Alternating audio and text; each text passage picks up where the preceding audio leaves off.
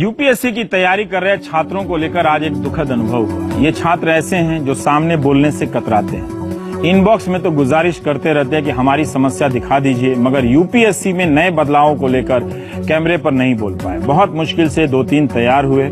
मुझे इनसे बहुत उम्मीद भी नहीं है, क्योंकि परीक्षा पास करके ज्यादातर दहेज और रिश्वत के चक्कर में ही लगेंगे। ये ऐसा करेंगे, इसी से पता चलता है कि उन्होंने अभी से ही सार्वजनिक मसलों पर चुप रहने का अभ्यास ठीक से कर लिया है।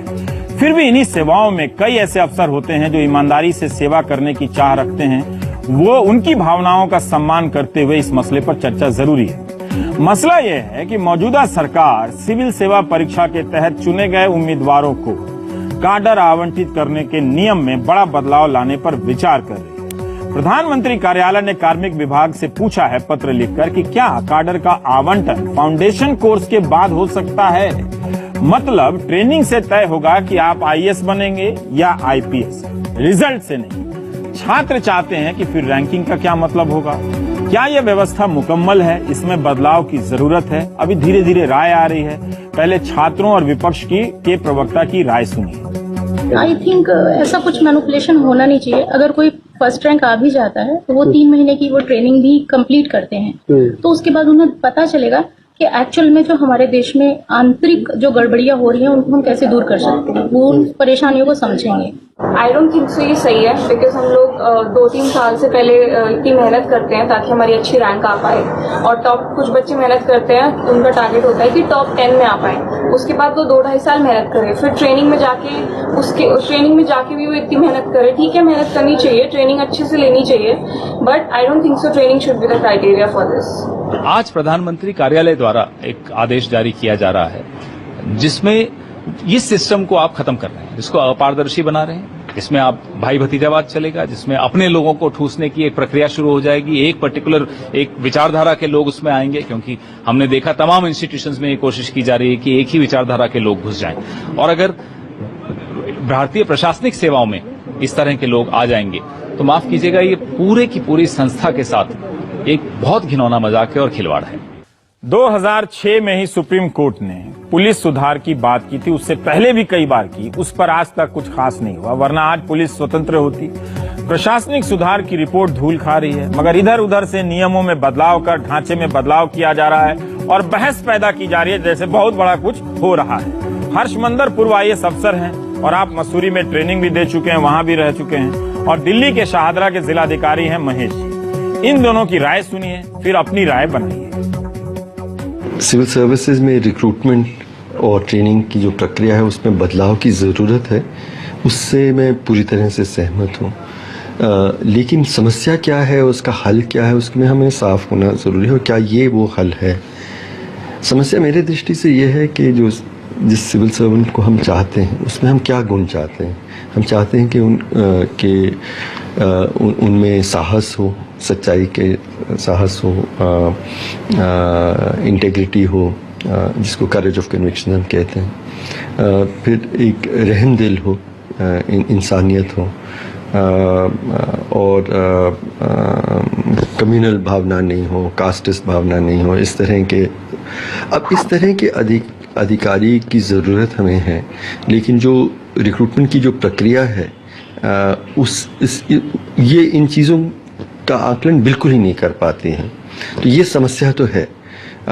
इसलिए बाय चांस आप एक रिक्रूटमेंट कर रहे हैं, उनमें से कुछ 2, 4, 6 अच्छे निकल आएंगे, लेकिन इट्स अ रैंडम प्रोसेस। तो वो समस्या का हल कैसे किया जाए, ये इस पे हमें विचार करना बहुत ज़रूरी, देश के लिए ज़रूरी है। लेकिन ये हल बिल्कुल नहीं है, क्योंकि जो SC ST कैंडिडेट्स हैं, कई बार वो शुरुआती तौर पे इतना आर्टिकुलेट या कॉन्फिडेंट उस माहौल में नहीं होते हैं। मैं क्योंकि 3 साल वहाँ एकेडमी में रहा, मैंने देखा कि वक्त के बाद हम देखते थे कि कई जो ऑफिसर्स थे जो रिजर्व बैकग्राउंड से थे, सबसे सेंसिटिव अधिकारी वही गरीब के प्रति हमदर्द भी थे, उनकी समझ और सूझबूझ बहुत ज़्यादा थी, लेकिन उनका कई बार जो आर्टिकुलेशन है, बोलने की जो कॉन्फिडेंस है, वो जो पहले 12-15 हफ्तों में ही आप आंकलन करेंगे, उस तरह का उनका जो सेल्फ कॉन्फिडेंस या आर्टिकुलेशन का जो तरीका है, उसमें कमी हो सकती है और उनको नुकसान जरूर होगा। मैं ये कहना चाहता हूं कि ये एक बहुत छोटा सा टिंकरिंग किया गया है प्रोसेस से, तो ये वेलकम है। लेकिन अगर आप रियली सिविल सर्विसेज के परफॉर्मेंस पर डेंट चाहते हैं तो उसके लिए आपको बहुत इंपॉर्टेंट रिफॉर्म्स करने पड़ेंगे, मैसिव रिफॉर्म्स करने पड़ेंगे। सिर्फ ये कि फाउंडेशन कोर्स के नंबर को इंक्लूड करके आप चाहेंगे कि सिविल सर्विसेज का परफॉर्मेंस है पब्लिक स्पिरिटेड हो जाए है और बहुत अच्छा परफॉर्मेंस हो जाए, गरीबों की प्रॉब्लम सॉल्व हो जाए, वो उससे नहीं होगी। वो रिक्रूटमेंट में रिफॉर्म्स की जरूरत है। रिक्रूटमेंट में भी आप इतने सारे सब्जेक्ट्स में आप लोगों को वैरायटी में टेस्ट करते हैं। एक तो कॉमन है, कुछ आपके बहुत सारे आपको ऑप्शनल दिया जाता है। उसके पहले एक प्री हार्मोनाइजेशन सिस्टम ऑफ एक क्यूरिकुलर बने कि सब्जेक्ट्स कॉमन हो जिस पर सब कोई उसी पर एग्जाम दे, क्योंकि वो सब्जेक्ट्स वो रिलेटेड है हमारे पब्लिक सर्विस में क्या चाहिए। तो मैं ये कहना चाहता हूं कि हमारा रिक्रूटमेंट सिस्टम है, उसमें एक बहुत बड़ा डिस्कनेक्ट है।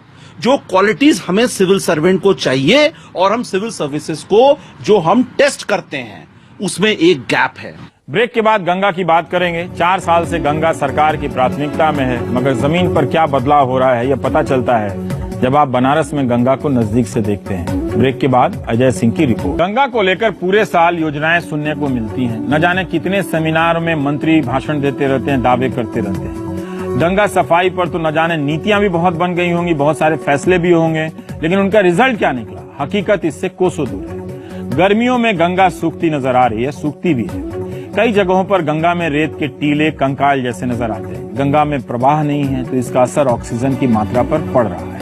लगातार ऑक्सीजन कम होने से जल जीवों पर खतरा मंडरा रहा है। गंगा को लेकर बयानों की जगह ग्राउंड पर काम कब होगा कोई नहीं जानता। लेकिन गंगा की ग्राउंड रिपोर्ट देखिए, जिसमें अजय सिंह ने आज की गंगा कैसी है दिखाने की कोशिश की है।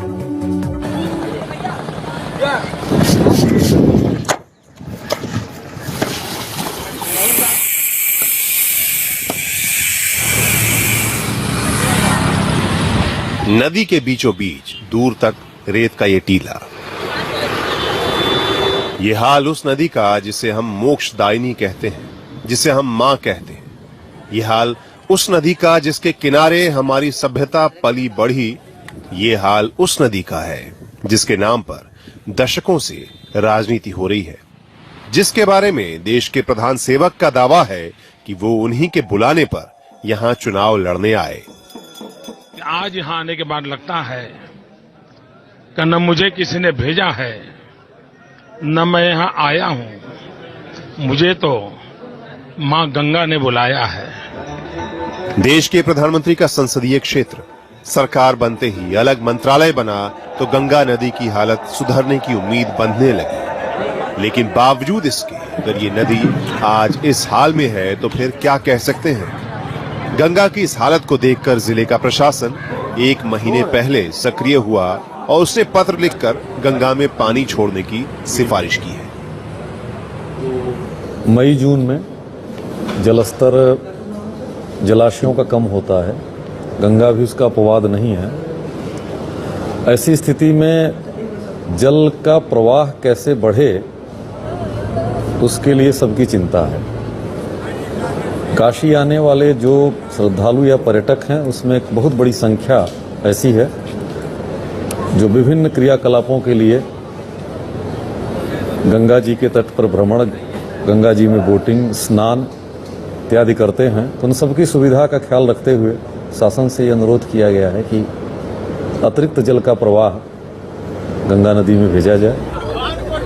गंगा में घटते जलस्तर पर ये चिंता सिर्फ जिलाधिकारी की ही नहीं है, बल्कि यहाँ आने वाले पर्यटकों की भी है। वाराणसी के दशाश्वमेध घाट पर अपने परिवार के साथ पूजा कर रही ये शिल्पी लाल है। शिल्पी वेस्ट बंगाल से यहाँ बनारस घूमने आई है। बनारस के घाटों पर लहराती गंगा को लेकर उनके मन में बहुत उत्सुकता थी। लेकिन यहाँ गंगा की हालत देखकर वो बेहद दुखी है। बहुत ही बुरा लगा क्योंकि पहले जो गंगा की दशा थी वो मतलब कि पहले के मुताबिक काफी पानी में कमी आई है और पहले बहुत मतलब कि क्लीन भी हुआ करता था। सरकार बोल रही है कि हाँ अभियान चला रही है, लेकिन मुझे नहीं लगता है कि कुछ खास सुधार हो रहा है।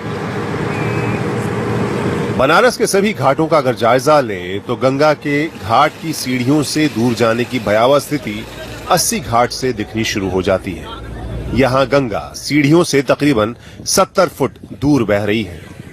गंगा प्रेमी ये यकीन ही नहीं कर पा रहे कि जहाँ कुछ दिन पहले गंगा की लहर नजर आती थी, आज उस जगह सिल्ट नजर आ रहा है। गंगा का 80 से लेकर आदिकेशव घाट तक किनारों से दूर होना ऐसे ही खतरे की ओर इशारा कर रहा है। मौजूदा हालात ये हैं कि कहीं 30 तो कहीं 60 फुट तक घाटों से गंगा दूर हो गई है। देखिए, इस साल गंगा की दशा तो बहुत दैनिक हो गई है और गंगा धीरे धीरे घाट छूटती जा रही है। हमें तो लग रहा है कि अभी मई लास्ट होते जून आते आते गंगा घाट किनारे नहाने लायक नहीं रहेगा, क्योंकि अंदर इतना कीचड़ मल और कपड़े लत्ते ईंटे पत्थर है और शीशे इतने हैं कि लोगों को रोज चुभता है। बनारस में गंगा की चौड़ाई कभी 800 मीटर हुआ करती थी, जिसे तैरकर पार करना मुश्किल था।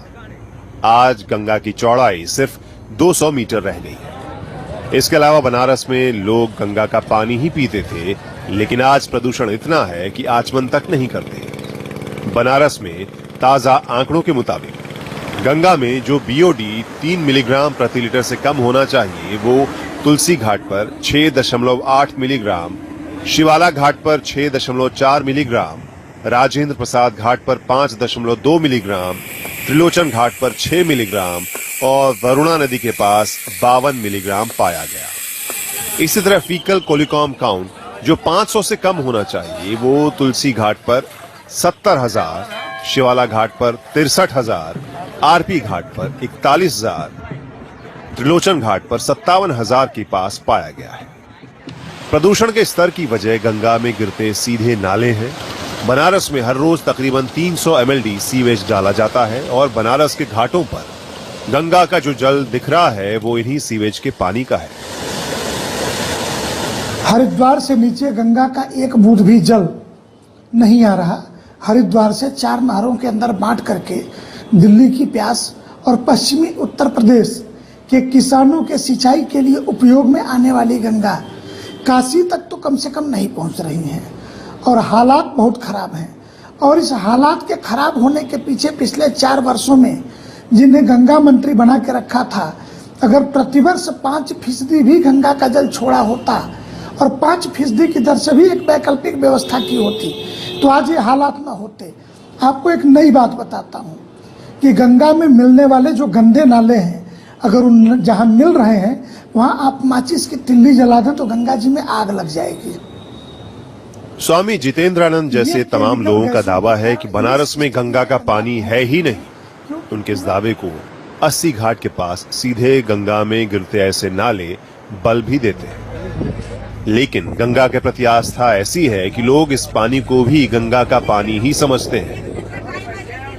गंगा जी इतनी पवित्र है, इनकी पवित्रता के बारे में कहा गया है कि एक नदिया एक नार कहावत, मैलो नीर बहो जब दोऊ मिल एक बरन भय सुरसर नामी पड़ो। गंगा जी में अनेक नाले आते हैं, लेकिन उनका जल जब गंगा जी में पड़ता है तो वो भी जल गंगा जी के प्रभाव से एकदम स्वच्छ हो जाता है। गंगा के प्रति यही आस्था हर रोज संकट मोचन मंदिर के महंत विशंभर नाथ मिश्र को गंगा स्नान करने के लिए खींचता है। ये टूरिस्ट प्लेस नहीं है, ये आध्यात्मिक सेंटर है और लोग यहाँ स्पिरिचुअलिटी के प्रैक्टिसेस के लिए, लोग ज्ञान के लिए, और सबसे प्राइमरी सोर्स यहाँ गंगा जी ज्ञान के लिए है। तो गंगा जी छोड़ के बाकी आप सब काम किए जा रहे हैं, तो हमारे ख्याल से ऐसे डेवलपमेंट से हम लोग क्या उसमें कमेंट करेंगे।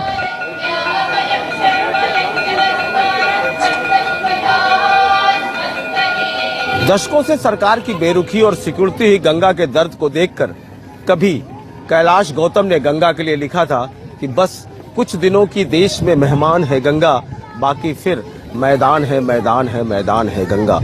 तकरीबन 20 साल पहले लिखी ये लाइन आज गंगा के दशा पर बिल्कुल फिट बैठती है। और अफसोस इस बात का है कि गंगा का ये हाल उस सरकार में है जिसने गंगा के लिए अलग मंत्रालय बनाया, बड़ी उम्मीदें जगाई। ऐसे में लोग अब इस बात से चिंतित है कि गंगा की दशा अगर अब भी नहीं सुधरी तो आखिर गंगा अब अपने किस पुत्र को अपनी दशा को सुधारने के लिए बुलाएगी। वाराणसी से अनुज के साथ अजय सिंह, एनडीटीवी इंडिया।